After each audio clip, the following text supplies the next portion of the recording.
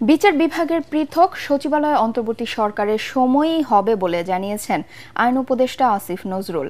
Supreme court অডিটোরিয়ামে attorney general অফিসের internship প্রোগ্রামের উদ্বোধনী অনুষ্ঠানে তিনি আরও বলেন, বিচার বিভাগের পৃথক সচিবালয় আইন, গুমের আইন, দুদক আইন, হিউম্যান রাইটস আইন আগামী কয়েক সপ্তাহের মধ্যে সম্পন্ন হবে। এখন থেকে অনলাইনে আদালত থেকে জামিননামা সংশ্লিষ্ট কারাগারে পাঠানো হবে বলেও জানান তিনি। জামিন হওয়ার পর এক ক্লিকেই সেই আদেশ চলে যাবে কারাগারে। এর আগে 12টা ধাপে কারাগারে বেল বন্ড যেত। এই পাইলট প্রকল্পের মাধ্যমে একটা ক্লিক করে আদালত থেকে জামিননামা সরাসরি জেলখানায় পৌঁছে যাবে বলে সেখানে আসামি আছে। সাধারণ মানুষের হয়রানি কমাতে এই উদ্যোগ নেওয়া হয়েছে বলে জানান আইন উপদেষ্টা। 20% বাড়ি ভাড়া সহ 3 দফা দাবি না মানায় কিছুক্ষণের মধ্যে মার্চ টু সচিবালয় কর্মসূচি পালন করবে এমপিওভুক্ত শিক্ষকরা। জাতীয়করণ আন্দোলনের সদস্য সচিব অধ্যক্ষ দেলোয়ার হোসেন আজিজি বলেন, সরকারকে রাত পর্যন্ত সময় বেঁধে দিলেও তারাও প্রজ্ঞাপন জারি করেনি। এই অবস্থায় কেন্দ্রীয় শহীদ মিনার থেকে সচিবালয়ের উদ্দেশ্যে শুরু হবে লং মার্চ। এদিকে সকাল থেকেই সারা দেশ থেকে কেন্দ্রীয় শহীদ মিনারের সামনে জড়ো হতে শুরু করেন আন্দোলনরত শিক্ষকরা। এর আগে শিক্ষক আন্দোলনের সংহতি জানায় এনসিপি ও জামায়াতে ইসলামী।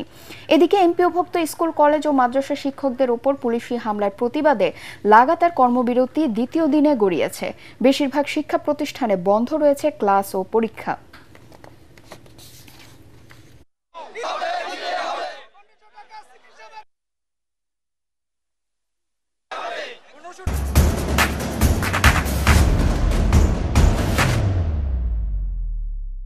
তিন যুগ পর কাল অনুষ্ঠিত হতে যাচ্ছে চট্টগ্রাম বিশ্ববিদ্যালয় কেন্দ্রীয় ছাত্র সংসদ, চাকসু ও হল সংসদ নির্বাচন।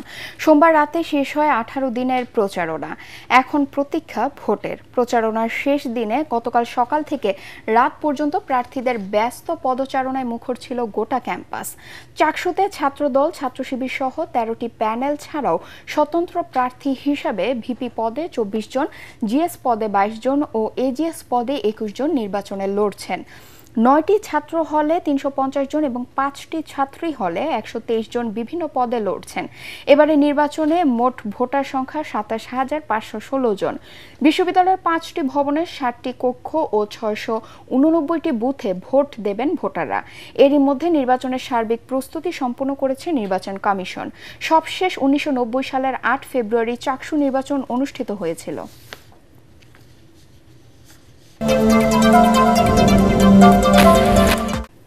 আজ রাত 12টায় শেষ হচ্ছে রাকসু নির্বাচনের প্রচারণা। তাই শেষ মুহূর্তে ভোটারদের মন জয়ে ব্যস্ত সময় পার করছেন প্রার্থীরা। আগামী বৃহস্পতিবার ভোটকে সামনে রেখে এরই মধ্যে প্রায় সকল প্রস্তুতি সম্পন্ন করেছে বিশ্ববিদ্যালয় প্রশাসন।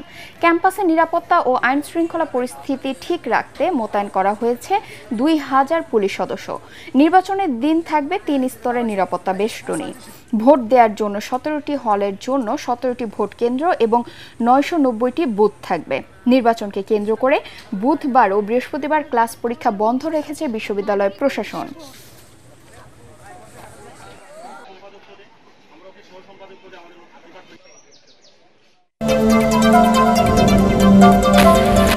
প্রেমিকের সঙ্গে বেড়াতে এসে বাসের ভেতর এক কিশোরী ধর্ষণের শিকার হয়েছে বলে অভিযোগ উঠেছে। সোমবার বেলা 3টার দিকে শহরতলির বনানী এলাকায় একটি মোটর গ্যারেজে এ ঘটনা ঘটে। পরে রাত 9টার দিকে টাঙ্গাইলের এলেঙ্গা থেকে অভিযুক্ত বাস চালক সাকিব হাসানকে গ্রেফতার করে বগুড়া জেলা গোয়েন্দা পুলিশ। গ্রেফতার সাকিব বগুড়ার শাহজাহানপুর উপজেলার মাঝিরার বাসিন্দা। পুলিশ জানায়, ধর্ষণের শিকার কিশোরী সিরাজগঞ্জ জেলার কড্ডা এলাকার বাসিন্দা এবং স্থানীয় একটি স্কুলের 9ম শ্রেণীর ছাত্রী। সোমবার সকালে প্রেমিক ঢাকায় থেকে কিশোরীর সঙ্গে দেখা করতে এসে কড্ডার মোড় থেকে বগুড়াগামী RK ট্রাভেলসের একটি বাসে ওঠে।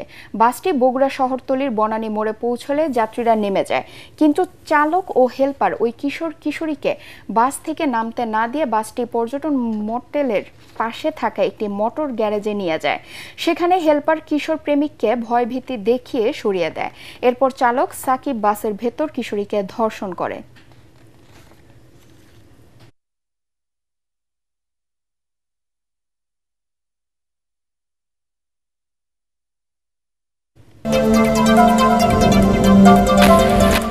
ফিলিস্তিনের গাজায় যুদ্ধবিরতি চুক্তির আওতায় ৩,৭০০ ফিলিস্তিনি কারাবন্দীকে মুক্তি দিয়েছে ইসরায়েল। ইসরায়েলের কেন্দ্রীয় কারাগার দপ্তরের জনসংযোগ বিভাগ জানিয়েছে, এই কারাবন্দীদের দুটি ব্যাচে মুক্তি দেওয়া হয়েছে। প্রথম ব্যাচটি ফিলিস্তিনের পশ্চিম তীর অঞ্চলের রাজধানী রামাল্লার পশ্চিমাঞ্চলে ইসরায়েলের মালিকানাধীন ওফের কারাগারের। এই ব্যাচে কারাবন্দীদের সংখ্যা ছিল প্রায় ২,০০০। গাজা উপত্যকা নিয়ন্ত্রণকারী গোষ্ঠী হামাসের জনসংযোগ দপ্তর জানিয়েছে, সোমবার স্থানীয় সময় দুপুরের দিকে বেশ কয়েকটি বাসে চেপে ওফের কারাগার থেকে পশ্চিম তীরের বেইতুনিয়া শহরে এসে পৌঁছান এই কারাবন্দীরা। দক্ষিণ ইসরায়েলের নাগেভ কারাগারে থাকা দ্বিতীয় ব্যাচের ১,৭১৮ ফিলিস্তিনি কারাবন্দী খান ইউনিস শহরে এসে পৌঁছান।